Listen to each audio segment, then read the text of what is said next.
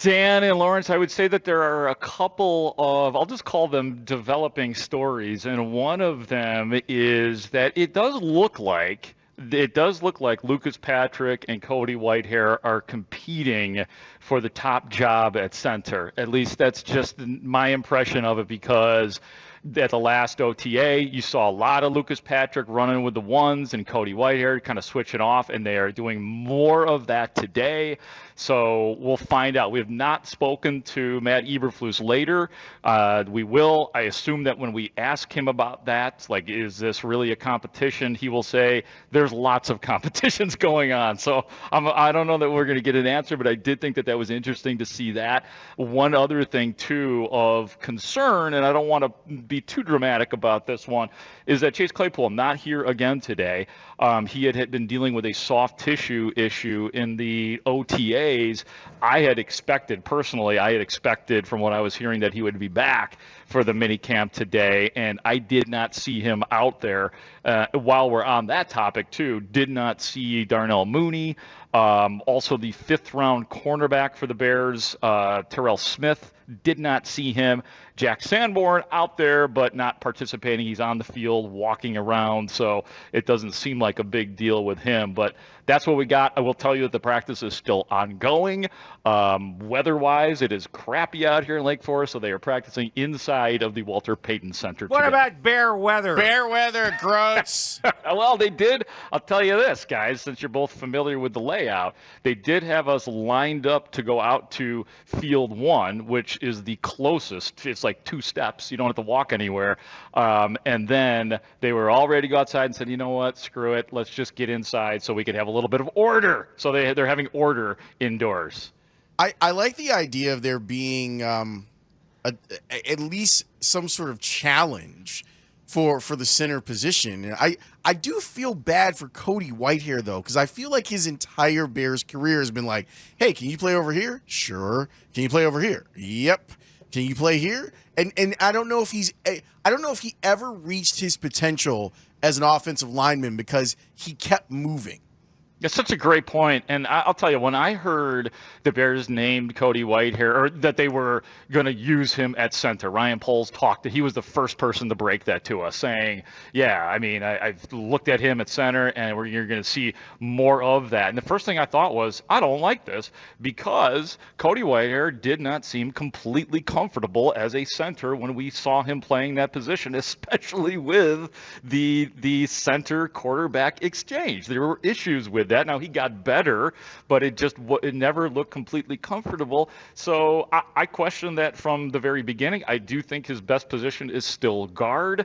But yeah, it is good to see. When they brought Lucas Patrick in here last year, he was supposed to be the stalwart of this offensive line, the leader, the mean, the nasty, all that stuff. He understood the system. Oh, absolutely. Did this grand press conference last year where, you get paid and it's like, okay, this is going to be this is the way things are going to be done around here now. We've got this guy, Lucas Patrick, to lead things. And then he was hurt and not particularly good when he did play. So I suppose this is kind of like last call, one more chance for Lucas Patrick, but we're not going to just put you at center like we did last year. We want a sure thing. And it's not just the injury. It's because he was not good. So the Cody Whitehair move is necessary, even if I am a little bit uncomfortable with it. Well, let me ask the other side of that then. If Whitehair loses this competition, if we play, then they're not going to have him be the swing guy, are they? That's a good question, Dan.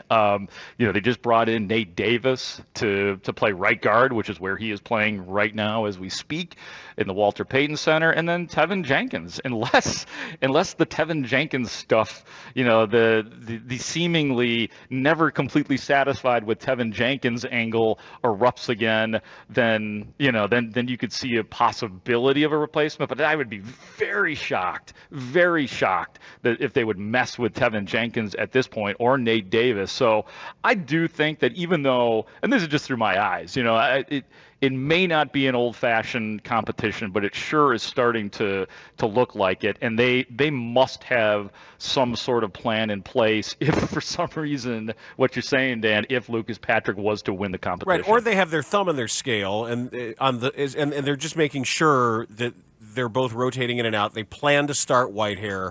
They plan to have Patrick be the backup interior guy. That was my first thought. Like during the OTA, Dan, that was the first thing I thought. Okay, of course you got to have Lucas Patrick. Plus, he was injured. He was bad last year. Let's get him a bunch of reps with the first team, and he will be your primary backup. But just the fact that they seem to be about 50-50 with the reps that they're taking. I'm seeing just as much Lucas Patrick at this point as I'm seeing Cody Whitehair. So or they could lose Whitehair's cap number at that point. Well, yeah, I mean that was something that was discussed before the season started. Cody Whitehair admitted that he heard about it, and just like any player, he didn't like hearing about that. And I also don't know how seriously they are taking the second-year center Doug Kramer, who was injured last year. But he is working out at center as well. He was working with the seconds and the thirds as well. Hey, and just for the heck of it, guys, I know you didn't ask and you probably wouldn't have asked, but Alex Leatherwood playing left guard with the threes today. All right. Now we are talking about minicamp action. How much of these practices? How much of these practices can you watch? All of it. Oh, good. Yeah, we get to watch the entire thing. There might be like the walk back in. They might sneak a couple plays in, like when they herd us all and move us back inside. But no, during these things, Lawrence, like we got to watch every minute of the OTAs, and we get to watch every minute of the mini camps out here as well. So, like I said, practice probably going to wrap up in about 15 minutes or so. Who is it that you want to talk to that is going to be available, or is no one available? No, that's a great question, Lawrence. We will talk to Nate Davis for the first time today. The free agent they brought in to be the right guard where he's playing today. Nate Davis will speak to us for the first time. He was a holdout not a holdout. He missed the first two OTAs. He did not want to talk to us last week, so now he's got to talk to us today. So we'll talk to him. We are going to talk to Eddie Jackson. And Justin Jones. We'll talk to Justin Jones and see what he's thinking, find out if he's still the three technique on this team, because when I asked Alan Williams that question, he said, we got a three technique, and his name is Justin Jones. Defiantly. Yes. I thought. He's like, I mean, the way he said that was like, don't you ask me about the three technique? We got one. I know, Daryl Drake in him. Right, but Alan Williams does it with a smile. And that's interesting that comes up, because I think so much on the Bears defense and subsequently their team and their results this year are going to come down to how fast can they get Gervon Dexter and Zach Pickens up to speed and actually be good this year right now, because I got a lot of confidence with the rest of this defense, mostly because the linebacking core is stacked this year, and I feel better about Jaquan Brisker year 2 and Kyler Gordon year 2, and we know what Eddie Jackson can do in the secondary. So there's so much that comes down to the defensive line for the Bears this year. So Ejax is full go? Yeah, it looks like it. I mean, again, we don't get specifics during the OTAs. I imagine we will get specifics today, though, from Eddie Jackson when he speaks. He looks full go. That's another guy I was surprised about. I was surprised to see Eddie Jackson in the OTAs, that he was at the last one, seemed to be a full participant, seemed to be going full speed, which surprised me a little bit just because of his veteran status and the fact that Eddie Jackson knows exactly what the hell he's doing out there. But he wanted to be out there. He was. He is practicing indoors right now with the rest of the team. So that is a good sign for Eddie Jackson and the foot injury he was dealing with. Are you allowed to say who's practicing and who's not? I don't want to mess you up, because I have questions about Darnell Mooney. Well, he's not. We here. all do. I know. I already blew it. If I'm in trouble, I'm in trouble. But yeah, I told you guys Claypool wasn't practicing. Mooney not here. That is not a surprise. We were told, it was indicated strongly to us that he wouldn't be back until training camp, and that was during the OTAs. So I am not necessarily alarmed that he is not here today. So yeah, I mean, it's definitely a concern, because I think that, people talk about Chase Claypool and his improvement. I can't wait to see what DJ Moore and Darnell Mooney look like together out on the field, because I want to see every possible combo. I don't know if I'm counting on that, though. That's scary to me that a player's not going to be available until training camp. Yeah. I mean, but it could be the old extra caution situation with him. Like I always feel like if a guy had a fairly serious injury the year before, what's the point of pushing the guy in OTAs? That's quite frankly where I was surprised that Eddie Jackson was out here. So I guess that would be the optimistic view about it. But yeah, I mean, of course, him being one of your most consequential players, it's okay to be concerned about Darnell Mooney. I wonder if you're going to notice Matt Eberflus carrying himself a little differently in year 2. Just sort of a little larger picture idea of a coach who knew his team wasn't going to be very good, knew he was getting his feet wet first time as an NFL head coach. This year, knowing the drill, coming through, having done this before, I'm interested to hear if he carries himself differently. What I have noticed about Matt Eberflus that is a little bit different from last year, and of course during the season we don't get to see everything that goes on in the practices. I've noticed that Eberflus is a little bit more hands-on this year. Like he's a little bit more.